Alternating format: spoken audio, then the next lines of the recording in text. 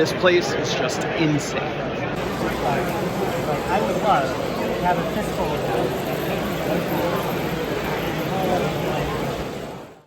Make sure to use code RJTRAINS at trains.com for $10 off any order $50 or more. Hello everybody, welcome to RJ's Trains. Real quick disclaimer before we get into today's video for some of you who might be tuning into the channel for the first time. As you can see, I'm an O-scale modeler, and the Amherst show is obviously more geared towards 2-rail scales.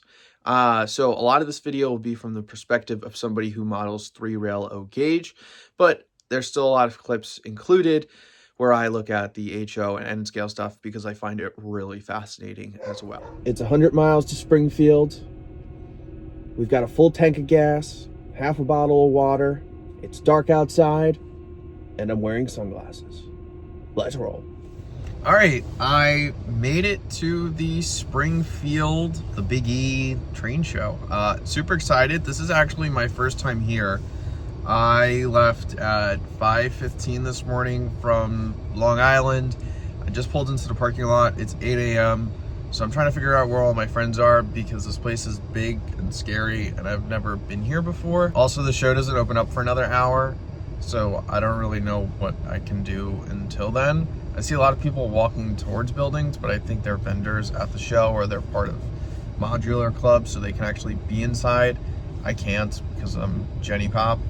So yeah, just gonna be here relaxing and trying to find some friends, but super excited and hopefully see a lot of cool things today. First stop was of course the Trains booth. They brought an amazing selection of O-gauge trains as always, including a huge Long Island Road collection. Use RJ's Trains to save $10 off at checkout at trains.com. Jimmy's Trains was also there with his awesome O and HO scale animations. I really need one of these for the layout. Next was the Atlas booth, and I was drooling over these new P42s, especially the Amtrak Phase 7 one. I have one on order. It should be here soon. I cannot wait. Plus, we've got the new Berwick boxcars. I have 2 of these on order. The new lumber car, can't wait for that, as well as some other new products that Atlas recently announced in their catalog. One more look at the P42s, the Dash 9, and the beautiful display layout that they had for O-scale. Look, I'm in the Lionel booth. Shockingly, there was no wanted sign for me in the Lionel booth, but it was cool to check out their new product nonetheless. Of course, we have the all-new Vision Line Commodore Vanderbilt. This is a 3D printed sample, so you can't really see the waviness of the body like they say it's going to have. But nevertheless, it's really cool to have a Vision Line model with no Vision Line features. Also, we have the HO scale Berkshire. That was probably the most anticipated announcements, what a lot of people are looking at in the booth. I gotta say, it looks pretty dang good for Lionel. Of course, we've got the old Vision Line GG1 out there on display, the Hiawatha looking gorgeous, the Erie Superset, the S2 is looking great, and they even have the new ET44 on display. That was looking really good. The aluminum passenger cars really caught my eye until I was checking out the pre-order price again, and the big hit was the battery-powered train sets. They had a few of those on display that were announced in the latest catalog. They had one sample running, and they were having a lot of problems with it. I love this car so much. This is very creative.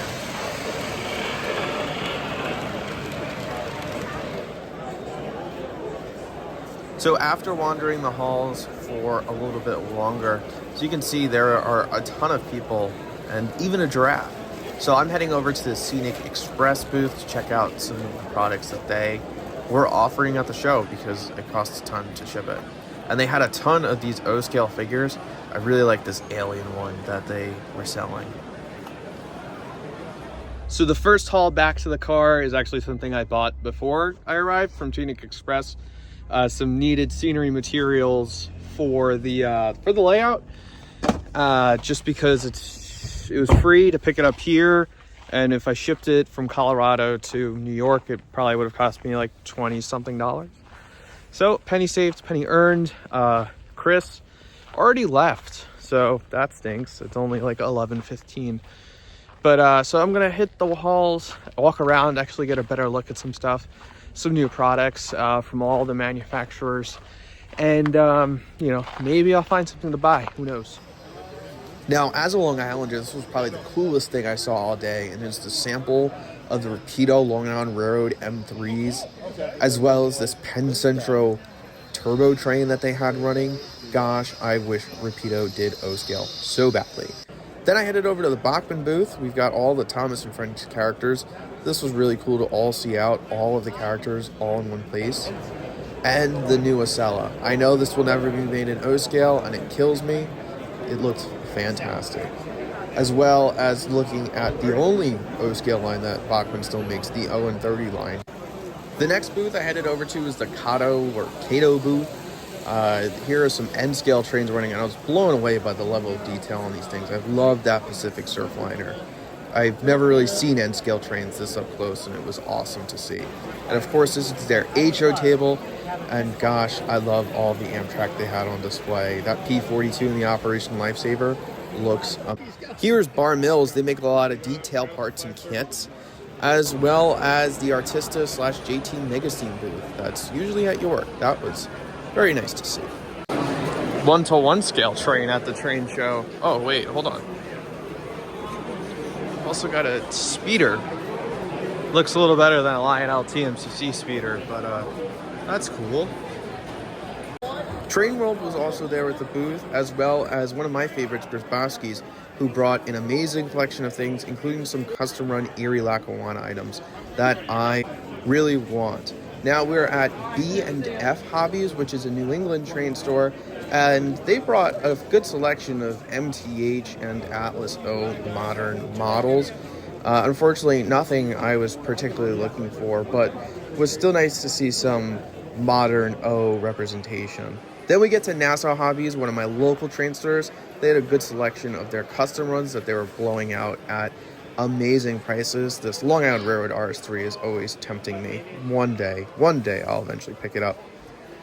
And the big announcement was they announced their new custom run items, including 2 Atlas O Premier Long Island Railroad GP38s, MTH Rail King crane and crane tender set, a Trump water tower, as well as a 2-pack of the R9 subway cars painted up in the World's Fair paint scheme, which is accurate. Really cool. I know I'm going to have to order one of those GP38s. Then we have Ralph's Trains, who usually sets up at York, but just as O-gauge stuff. That was cool to see. There was also a dealer selling these lighted signs, which looked awesome. I'd own one if I knew where I would hang one, but really cool. And we also had a British steam locomotive for sale. Awesome. And some overpriced O-gauge steam. So I've been through all the buildings like 3 or 4 times at this point, and you know, it's mainly HO and N scale, so there's not a ton of O scale for sale. I'm slowly starting to get into post-war, but more on that in future videos. But you know, I see something post-war I like, and then I go to eBay and I find it for 1/3 of the price. So yeah, I'll update you if I find it. So the only thing I have left to show off from the show itself are all of the modular layouts running. So I will stop talking and let the trains do the talking there, especially this spectacular modular Lego set. That was awesome. But after that, stick around and see what I ended up picking up at the Amherst train show.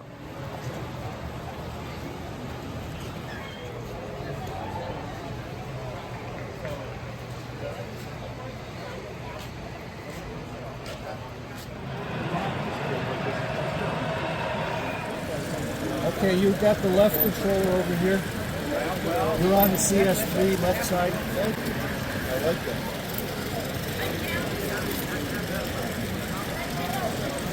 Better? This layout is just awesome. Oh, I love European trains.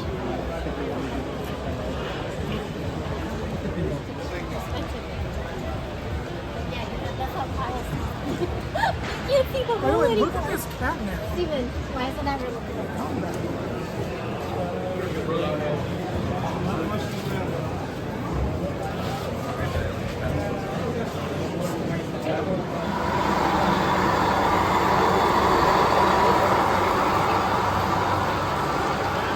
These are massive.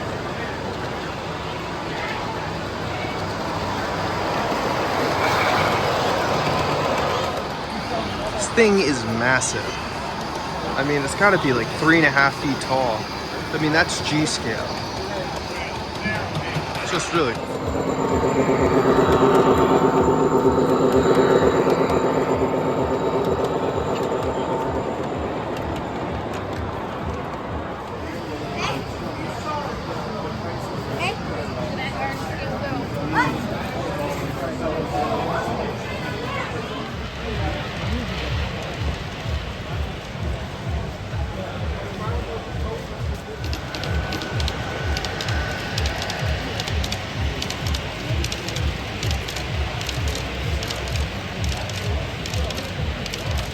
First, what was in that, big brown box I showed off. So the reason why it was so large was these flexible bridge girder plates from Scenic Express. Everybody asks what these bridge girder plates are. They're made by Scenic Express. They're like 2.5 feet long. And yeah, that's where I get them. They cost extra to ship, so it was a lot cheaper to pick them up in person. As well as these Penty Stonewall seam stealers for my retaining wall. So yeah, really good to pick. So the only train I picked up at the show was from the Trains with a Z booth.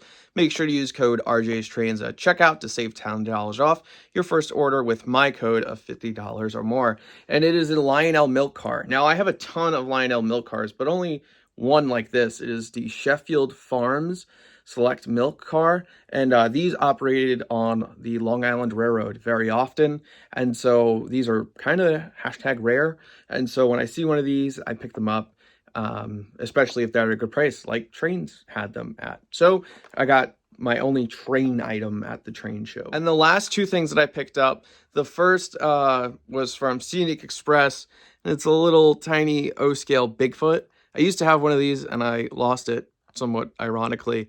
But it's nice to have another Bigfoot. And now the big purchase of the York Train Show is a lifetime supply of ballast. Now this thing costs like $50 plus another like $30 to ship because it's so heavy. I bought a half-sized version of that, and it cost me $60 total. So I got one double the size for $25, and I didn't have to pay for shipping. So yeah, very excited about that. It's one heck of a deal. So overall, what are my thoughts on the Amherst Big E train show?